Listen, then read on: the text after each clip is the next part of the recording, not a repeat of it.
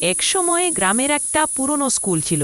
দিনভর সেখানে বাচ্চাদের পড়াশোনা চলত, কিন্তু রাতে কেউ যেত না, কারণ লোকমুখে শোনা যেত রাত হলে স্কুলের ভেতর থেকে কারো হাঁটার শব্দ শোনা যায়।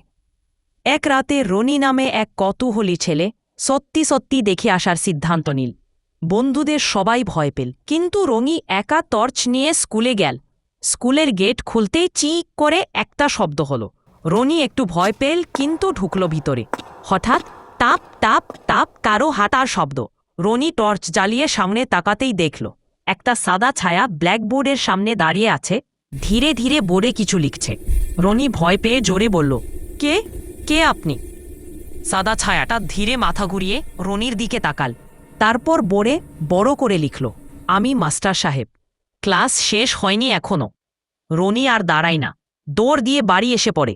পরে গ্রামের লোকেরা বলে, পুরনো সেই মাস্টার সাহেব মারা যাওয়ার পরেও প্রতিদিন রাতে ক্লাস নেন, যেন পড়া অপূর্ণ না থাকে। তারপর থেকে রাতে কেউ আর স্কুলের কাছে যেত না।